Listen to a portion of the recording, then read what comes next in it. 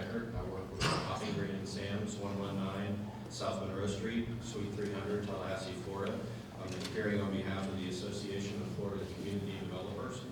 And I first wanted to thank staff for working with us and considering our input and for the substantial amount of time that the Commission is devoting to this very important issue.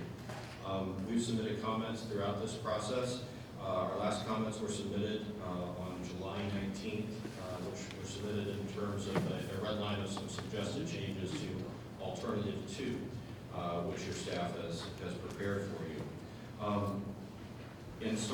We started with proposing some defined terms, and again, that was the public agency, or it was agency, public officer, as well as public employee. The main reason we suggested that is just simply so we know who to tell is affected by Amendment 12 at this point.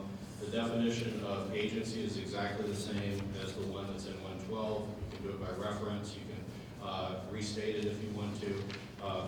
In terms of public officer, there actually is a definition of public officer in Amendment 12 in a prior section, but it didn't seem to be the right definition for this section, so we proposed that as well. But again, we were just doing that to try to get our hands around the universe of people we have to train and educate and counsel from time to time. In terms of the definition of disproportionate benefit, the proposal that we provided, we added that the benefit must be improper. We think that there are times when there may be a benefit bestowed, but that it's a proper benefit. And for example, we have a statute out there that says board members are paid $200 per meeting. And you may have a board that says, well, all our meetings go until midnight, and so we're going to go ahead and have 2 meetings a month instead of 1 meeting a month. Well, that vote gets them an additional $200. It's not an improper benefit because it's provided by statute, but that is a benefit, and so therefore we think the word improper should be inserted. We also believe that the act or omission needs to be inconsistent with the proper performance of his or her public duties, which I think we've talked about here as well. In terms of the factors to define if there's a disproportionate benefit, we provided some slight revisions to that. We just asked the Commission to consider. And again, in terms of Commissioner Lesnoff's comments in relation to disproportionate benefit and defining a class of people that you have to consider those, and we agree. I agree that has to be considered in our proposed version. The class issue, whether one or more person will experience the benefit privilege, that's 4A, and then also 4C, the degree to which the interests of all members of the class are affected. That's also covered there.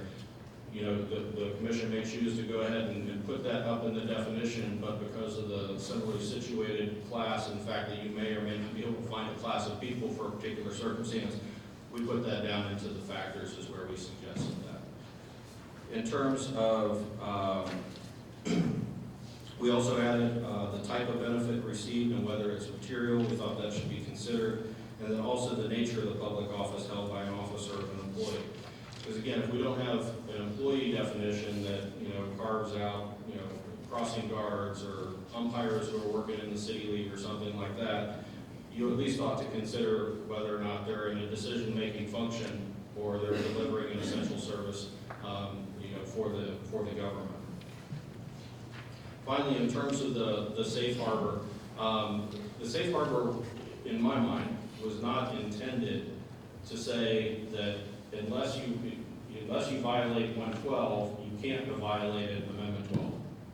Okay, the way I view it as Amendment 12 has a disproportionate benefit, and you cannot violate the requirement of Amendment 12 in the rule that you follow. The safe harbor provision was really intended to deal with the situation of you have an ability to declare a conflict and fill out a form and abstain from voting. And it's really because that procedure isn't in Amendment 12. And so making sure that you have the ability to deal and navigate through conflicts, that was one of the reasons for the safe harbor. Another reason for the safe harbor is you have many exemptions in 112, such as emergency purchases, rotational purchases, sole source purchases. You have the 1 acre, 1 vote exception. And I'm just naming 4 or 5, but I've got a list of about 15 here. And so you have to somehow figure out how are you going to deal with that situation where there's an emergency purchase, but they can't make it because under Amendment 12, there's no exception. So that's really the intent of the safe harbor. So I don't think it swallows up the rule. And then also the safe harbor provides some guidance that you can use the body of opinions and case law that you've had before, because if you don't have any kind of a reference back to 112, it's going to be difficult to say, okay, well, we can decide this case under Amendment 12 by referencing what we might have done under Chapter 112 before. And then finally, in terms of intent, the proposal by us in terms of paragraph 6, Madam Chair, in terms of deleting that last part of the sentence, that to us was, we've already got the act or omission, which is inconsistent in the definition of disproportionate benefit, so it was a drafting issue. It's not substantive from our perspective because that language is already in disproportionate benefit. And then also we added that it should be for the predominant purpose of obtaining a disproportionate benefit, because an inadvertent benefit or a non-material benefit, we didn't think should be the focus of the rule. So with that said, I've gone over my time, and I apologize, and I'm available to answer any questions you may have. It was Mr. Eckert, correct? Yeah, Eckert, Okay. E-C-K-E-R-T. Oh, Eckert, thank you, Mr. T. Anyone have any questions? Commissioner Leslie? Yeah, I need to ask you again on the safe harbor language. With the new proposal language, it acknowledges that this only applies when you're acting inconsistently with the performance of your duties. So making an emergency purchase or the 1 acre, 1 vote issue is a great example of that.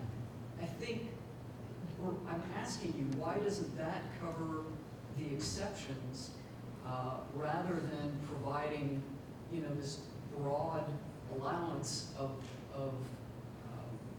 stating, and I do think it very plainly states, if you have complied with 112, you have not violated the Constitution. So my question to you is, why aren't folks adequately covered by that inconsistent proper functioning of duty, given that it will be ultimately this or some other body that is going to be the arbiter of that? And so if we're, sort of a false cloak, because we would be the same arbitration of whether it's consistent with your duties, would be the arbiter of whether you've misused your position or whether you've had your 1 acre, 1 vote issue.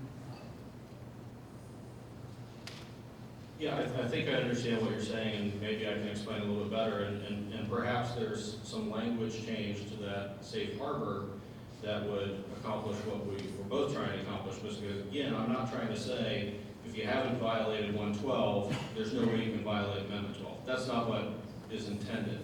What's intended is if I get a call from a client, putting on my lawyer hat here, and he says, we've had an emergency, and I'm the only one that owns a hardware store, and I'm going to go ahead and agree to sell to the city whatever sandbags or hay bales that we need. If I get that question, whether or not that violates Amendment 12, I can't say, well, the protection you have in Chapter 112 applies to a claim that you violated Amendment 12. That's the concern. So how do you fold that back in? Because there isn't anything in 112 that says if you act consistent with 112, then you haven't acted inconsistently with your duties. There has to be some tie-in to the protections that are in 112 for when we deal with things on a daily basis, like a conflict. I can envision a situation under Amendment 12 where somebody declares a conflict.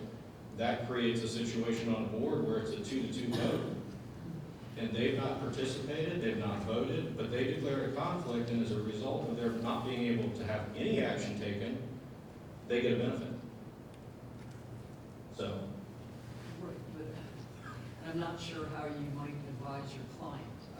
But in both of those situations that you mentioned, those actions, buying what needs to be bought during the case of emergency, or stating your conflict and opting out, that is highly consistent with the performance of your duties, and it would come before some reasonable body to make that determination.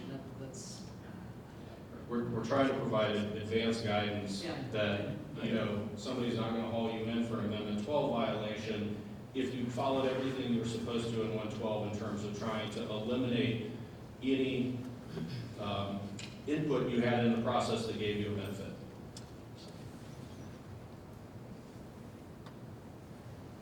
Anyone else have questions for Mr. Eckert? Thank you very much. Thank you. Appreciate it. Do we have other speakers?